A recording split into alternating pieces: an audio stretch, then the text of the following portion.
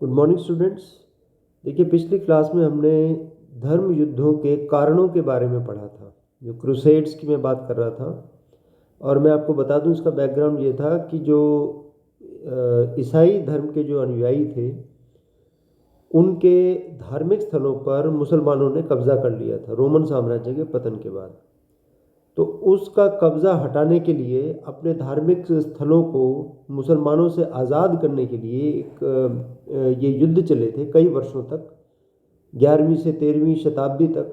तो इन युद्धों को धर्म युद्ध या क्रूसेड्स कहा जाता था।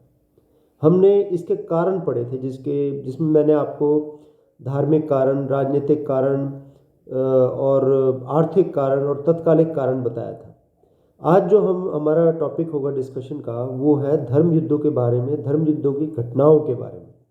तो हालांकि ज़्यादातर जो है ना, कारण और परिणाम पूछे जाते हैं, लेकिन एक आधा बार घटना भी पूछ रखी है, तो इसलिए ये बताना लाजमी हो जाता है।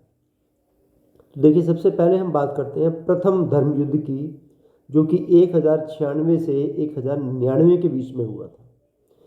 मतलब शुरुआत किस प्रकार से हुई थी कि मैंने आपको एक पोप का नाम बताया था, क्योंकि लोगों ने पोप पर दबाव डालना शुरू कर दिया कि लोग ये समझते थे कि जो धर्म का जो अधिकारी है वो पोप है, और पोप की जो स्थिति थी उस समय बहुत शक्तिशाली स्थिति थी पोप की। तो पोप अर्बन II, यानी पोप अर्बन द्वितीय के आह्वान पर एक संत का नाम मैंने बताया था, Peter the hermit. Peter the hermit एक संत था।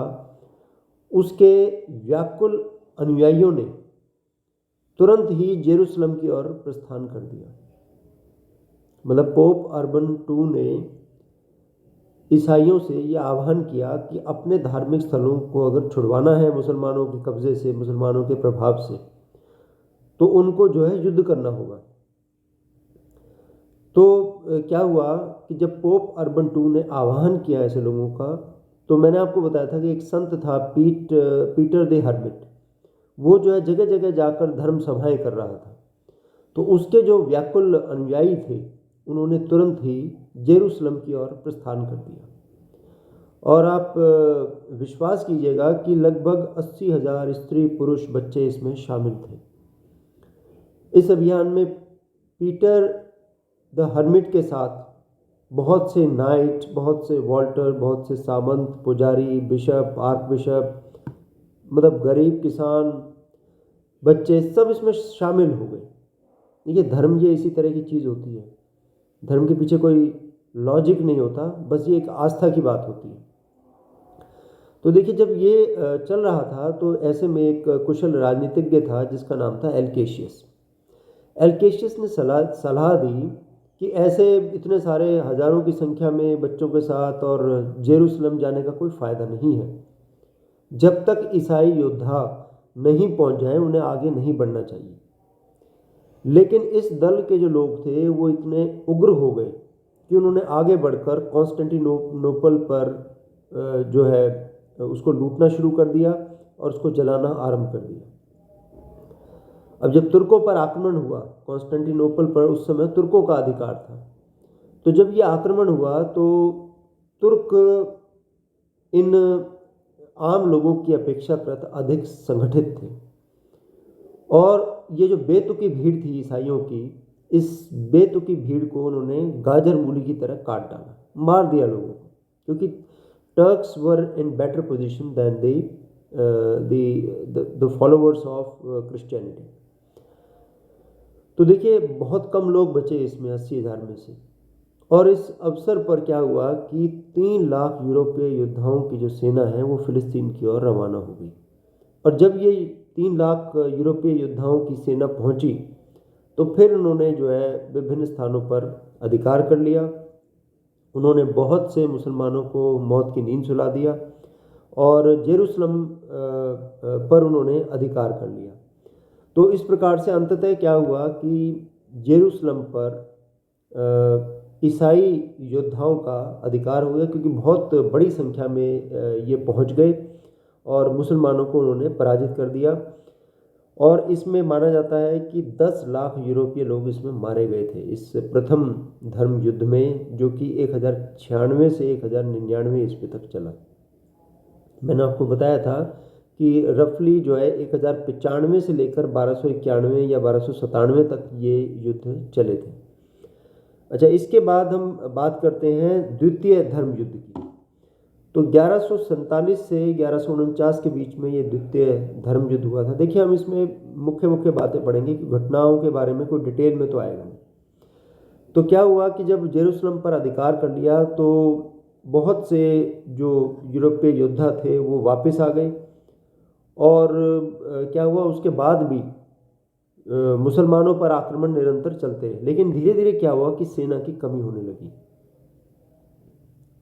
सेना धीरे धीरे कम होने लगी, और जो कब्जा किया था जेरूसलम पर वो धीरे धीरे कमज़ोर पड़ता चला गया।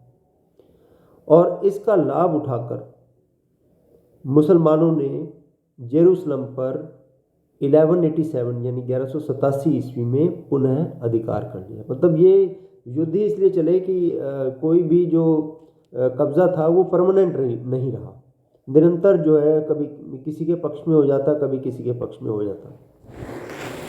तो इस प्रकार से द्वितीय धर्म युद्ध के पश्चात जेरूसलम पर मुसलमानों का फिर से अधिकार हो गया। तो दूसरे धर्म युद्ध में मिली असफलता से जो ईसाई थे वो बहुत अपमानित हो गए, और अपमानित होने के कारण एक और जो है फिर युद्ध हुआ, जिसे तृतीय धर्म युद्ध कहा जाता है। क्या हुआ कि 1187 में मिस्र का जो सुल्तान था जिसका नाम था सलादीन ने जेरूसलम पर अधिकार कर लिया था। ठीक है, यानी मिस्र के शासक का अधिकार हो गया। तो इस घटना से यूरोप में तहलका मच गया। जेरूसलम से ईसाइयों को बाहर निकाल दिया गया। अब ईसाइयों ने टायर नामक एक जगह पर नगर में उन्होंने शरण ले ली, और अब जो है यूरोप के लोगों में मुसलमानों से बदला लेने की भावना जो है वो बहुत तीव्र हो गई। तो ऐसे में क्या हुआ कि 3 शासक इकट्ठे हो गए, जर्मनी, फ्रांस और इंग्लैंड के, क्योंकि क्रिश्चियनिटी का जो प्रभाव था वो इन क्षेत्रों में ज़्यादा था। तो जर्मनी का फ्रेडरिक बारबोसा, फ्रांस का फिलिप अगस्टस और इंग्लैंड का रिचर्ड प्रथम, ये तीनों इकट्ठे हो गए और इन्होंने अपनी संयुक्त सेना सहित जो है आक्रमण करने का विचार बना लिया। अब जब जर्मन सेनाओं ने मुसलमानों पर अनेक सफलताएं अर्जित की तो सुल्तान सलादीन बहुत चिंतित हो गया, मिस्र का जो सुल्तान था। लेकिन ऐसे में भाग्य ने मुसलमानों का साथ दिया। क्या हुआ कि रिचर्ड प्रथम और फिलिप अगस्टस में आपसी मतभेद हो गए, जिसके कारण वो जेरूसलम पर अधिकार नहीं कर सके। तो ये जो तीसरा धर्म युद्ध था, ये एक तरह से आपसी मतभेद की भेंट चढ़ गया। ठीक है। अच्छा, इसके बाद हम बात करते हैं चौथे धर्म युद्ध के बारे में, फोर्थ क्रूसेड, जो कि 1202 से लेके 1204 के बीच में हुआ था। ये जो है इन लोगों ने, जो ईसाई थे, दुस्साहसी लोग थे असल में, इन लोगों ने समुद्र के मार्ग से मिस्र पर आक्रमण करने का निश्चय किया, लेकिन उसमें वो ज़्यादा सफलता प्राप्त नहीं कर पाए, क्योंकि ये एक तरह से दुस्साहस था। और हालांकि जो है कॉन्स्टेंटिनोपल पर अधिकार कर लिया था, लेकिन 1261 में ग्रेको और 1453 में तुर्कों ने कॉन्स्टेंटिनोपल पर फिर से अधिकार कर लिया। तो ये चौथा धर्म युद्ध, बस आपको 2-4 पॉइंट्स याद रखने, ज़्यादा नहीं। इसके बाद 1212 में एक और जो युद्ध हुआ, ये बड़ा इंटरेस्टिंग है, बच्चों का धर्म युद्ध, क्रूसेड्स ऑफ चिल्ड्रन। तो देखिए, जो ये जो मतलब अब तक हमने 4 धर्म युद्ध पढ़े हैं। जो 5वां धर्म युद्ध से पहले क्या हुआ कि एक स्टीफेंस नामक एक व्यक्ति था, फ्रांस का किसान था। उसने जो है ना अपने आसपास के क्षेत्रों को मुसलमानों से बदला लेने की भावना उसमें मतलब उसने आसपास के बच्चों को उकसाया कि उन्हें धर्म के लिए लड़ना चाहिए, और 12 वर्ष तक की उम्र के बच्चों ने इसमें भाग लिया। ये ऐसा क्रूसेड था। लगभग 40,000 लड़के लड़कियां इकट्ठे होकर, ये स्टीफेंस के उकसाने पर, उन्होंने एल्प्स पर्वत को पार करके, यूरोप में एल्प्स जो पर्वत है बड़ा फेमस है, वो पर्वत पार करके और फिलिस्तीन की ओर उन्होंने प्रस्थान किया। लेकिन वहाँ पहुँचने से पहले ही बच्चे अनेक उन्हें कठिनाइयों का सामना करना पड़ा और फ्रांस से भी लगभग 30,000 बच्चे जेरूसलम की ओर धर्म युद्ध करने के लिए निकल पड़े। लेकिन बाद में जो कई बच्चों को पकड़ लिया गया, कई बच्चे उसमें मारे गए, तो मतलब कुल मिला के ये जो अभियान था ये विफल हो गया। तो इसको चिल्ड्रंस क्रूसेड कहा जाता है। ये हुआ था 1212 ईस्वी में, अगर ऑब्जेक्टिव टाइप क्वेश्चंस में जैसे पूछ लिया जाता है। इसके बाद पांचवा जो धर्म युद्ध हुआ वो 1216 से 1220 के बीच में हुआ। इसमें पोप ने उकसाया लोगों को कि देखिए कि हमें शर्म आनी चाहिए कि बच्चे भी खुशी से अपने मतलब जान देने को तैयार हैं अपने धर्म के लिए और हम कुछ नहीं कर रहे। तो पोप की इस घोषणा का इतना प्रभाव पड़ा कि पांचवा धर्म युद्ध शुरू हो गया, जिसका नेतृत्व हंगरी और साइप्रस के शासकों ने किया। इस धर्म का जो मुख्य उद्देश्य था वो था मिस्र पर आधिपत्य स्थापित करना। मिस्र का जो राजा था सलादीन, उसने जेरूसलम पर अधिकार कर लिया था, लेकिन इस युद्ध में जो है ज़्यादा सफलताएं नहीं प्राप्त हुई। इसके बाद छठा धर्म युद्ध हुआ 1228 में, सिक्स क्रूसेड। इसमें भी फेडरिक जो है अपनी सेना सहित छठे धर्म युद्ध के लिए निकल पड़ा।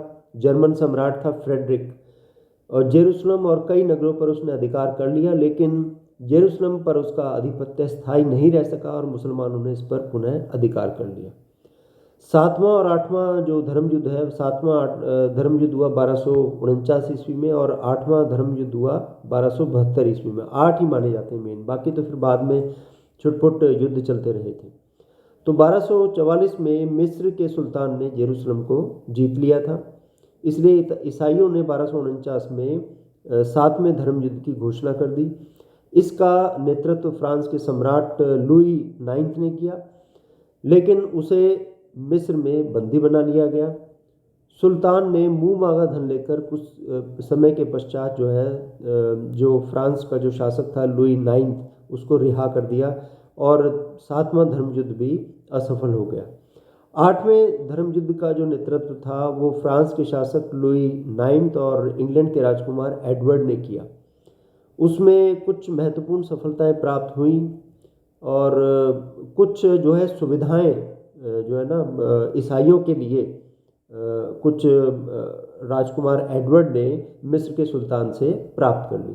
तो इस प्रकार से आठवां धर्म युद्ध भी समाप्त हो गया। तो ये धर्म युद्ध के जो घटनाएं हैं, बाकी इसके जो प्रभाव हैं वो फिर हम अगली क्लास में पढ़ेंगे। Thank you.